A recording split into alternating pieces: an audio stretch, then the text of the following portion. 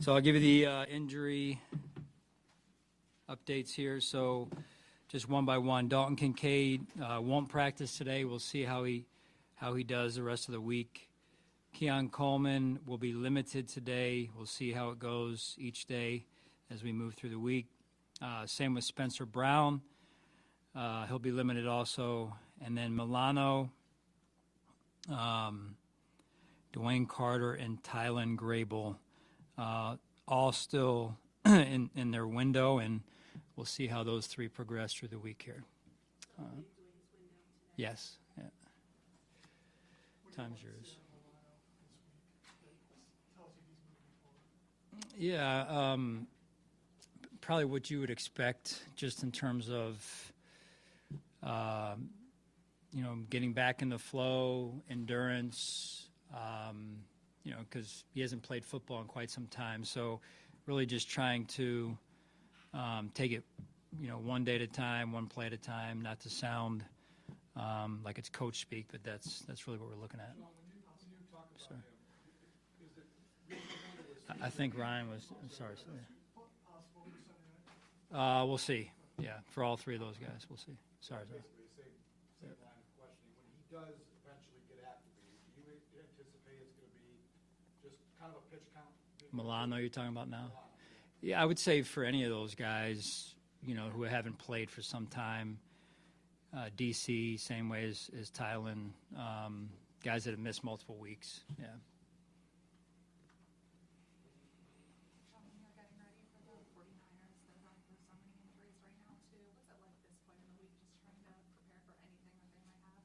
Yeah, it's there's some moving targets, right, with who we're expecting to play. We have to prepare for them to be as healthy as they've ever been, really, just because we don't know. So that's really how we're approaching it. Sean, in general, does that extend the prep work that you need to do because of not only the number of questions they have, but the level of players who are questions? Yes, I mean, probably no different from our situation, with the different players we've had out, and do players play, do they not play?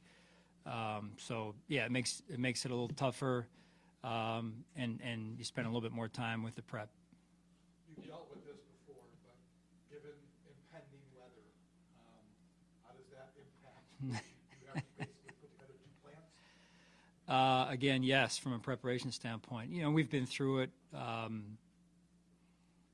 before, so we have some experience with it. We can't control the weather. I think only he can control the weather, so I know he can control the weather. So I think it's really just about how we respond to it. Our staff does a phenomenal job. The people that have shown up for the years that I've been here at a minimum and beyond, my time here of shoveling the stadium out, I think that'll happen again if need be, and we'll get ready to play a football game. How much more comfortable have you become with that? Since maybe the first time it happened, it was probably a big, it was a big deal for a lot of people. But now, how much more comfortable have you become with the whole weather situation and knowing how to plan for it, and knowing what to expect, and knowing things come through? Yeah, I mean, again, just I've always been amazed since moving here that you can get a foot, 2 feet, 3 feet, 7 feet, and the roads are cleared in some miraculous way. So credit to all the people that are out there working, or that will continue to work this winter as we get into the snowy months and days and weeks here. What a phenomenal job they do, really. Didn't plan on saying that, but I'll use that as an opportunity to praise those people that are out there clearing the roads like they do for all of us. I know you don't get to pick when it happens, but are you happy with when the bye week fell this year? And you feel like it came at a good time? Yeah, I mean, it's always, you look at the schedule and you're like, oh, where's that bye? And you're going down and you're going, and then you finally get to it and you're like, oh, okay, so we got to get through whatever it was, 9, 10, 11 weeks, whatever there.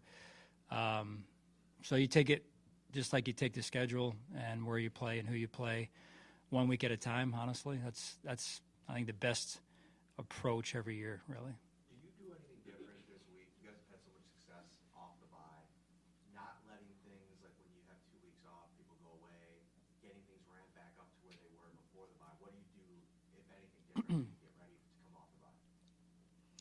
It's a good question. I don't really have the, hey, this is exactly what we do formula. It's just more of, I think, us really just getting back to what we do, getting back to the basics. Today we're going to practice and have a normal practice in pads and work on the fundamentals that we need to have for a good football team in San Francisco coming here. Was there a walkthrough Monday?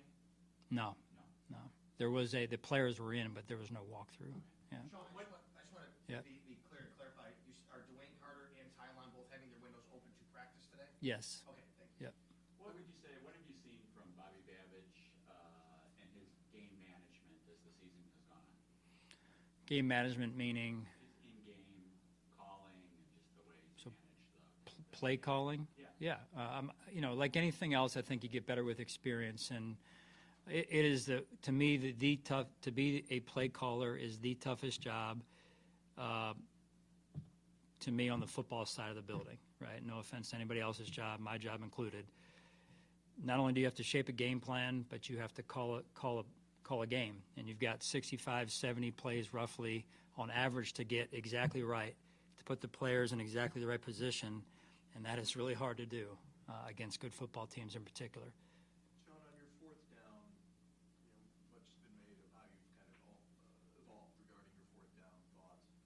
When you are entering those types of situations, how often would you say, or can you maybe give a little glimpse into when you get the third down, you already know?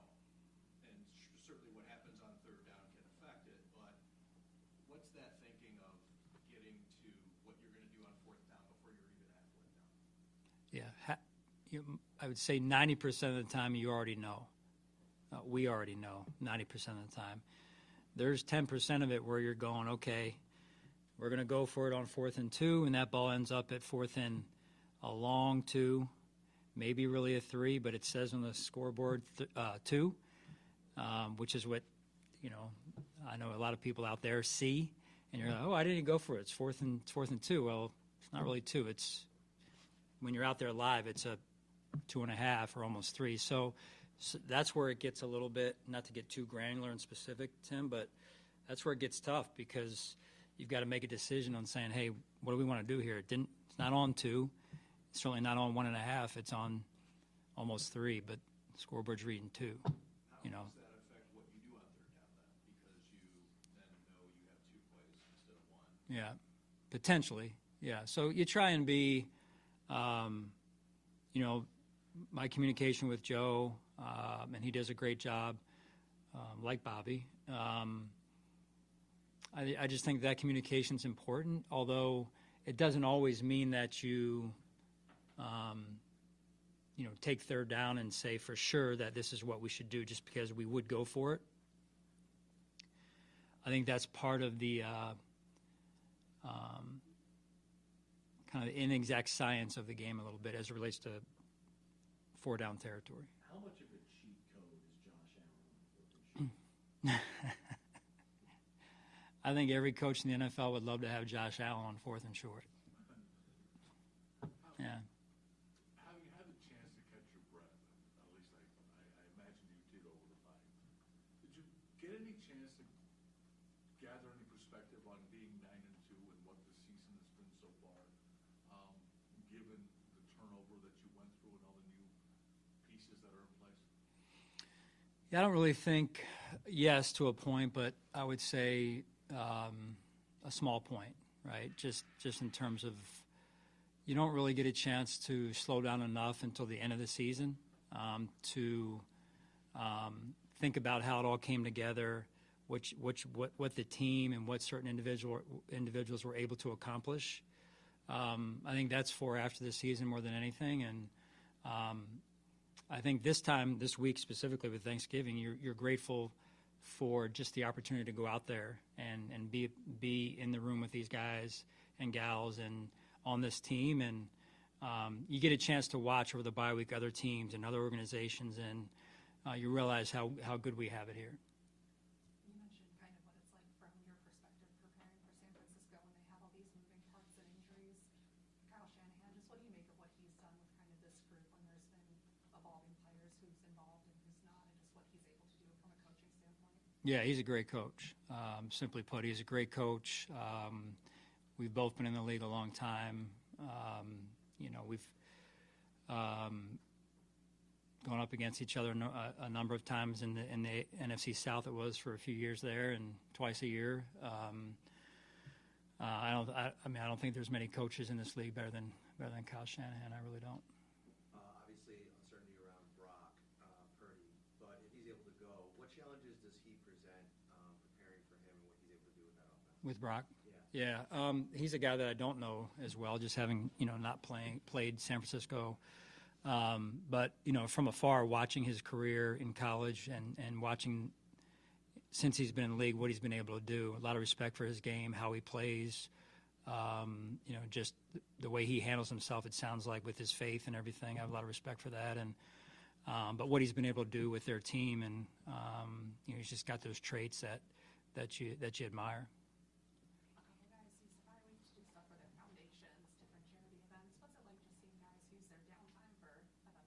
Yeah, I think it's great. I know Keon did some things, and there's a lot of the guys, like you mentioned, Catherine, doing things in the community or when they go back home, those things. So it's certainly fun to watch when they pay it forward, and I think our guys do a great job of doing that. There's a possibility of clinching the AFC East this week. Is that something that you guys talk about at all, acknowledged at all? I know it depends on what happens on Thursday, but just being able to do that already at this point in the season. Yeah, I think we're mostly, Elena, focused on our level of play this week against a good football team. So that's where our focus mostly is right now. With Keon not knowing if he's going to play this week, and I'm not asking if he is, but with him trending probably in the right direction, and Amari probably getting healthier too with the bye week, how much do you look forward to seeing what this receiver group can do after seeing the glimpse of it in Amari's debut and seeing how they all came together in that game? How much do you look forward to seeing this group healthy? I mean, I do. I think the neat part about it partially is watching what the guys who have stepped up when said player or players have been out. I think that's been really, to me, amazing to watch, right? And the way Joe's handled it from an offensive coordinator standpoint, or Bobby when the defense, and Smiley's affected by it as well too. But just the leadership from those guys on into the player leadership. No one's blinked. They've all gone out there, those players that have been called upon to step up and done their job. And that comes from preparation. And, some of those guys got put into the lineup late in the week when a guy didn't get cleared, so on and so forth. So I say all that to say that I've been very impressed by the way holistically the team has handled it. It's a bye week, coming off a bye week, and a holiday week, and all that stuff, so it is a little bit different. But you're kind of in a Sunday to Sunday rhythm here. Yep. What is the significance of that? Routine more than anything. I mean, even the bye week is, for me at least, I love the bye week like anyone does, everyone does, but sometimes I'm like,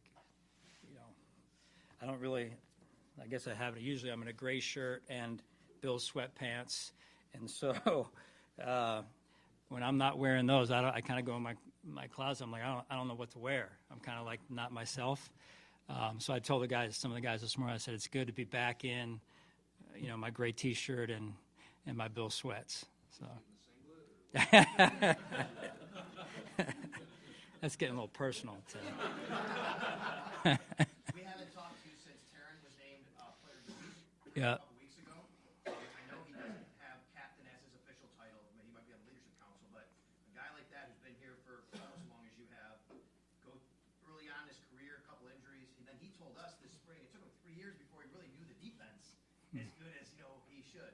How much of an example can that be to younger players at this level? What can he do in that locker room to be a leader at this level? Well, he is. I mean, he's on the leadership council.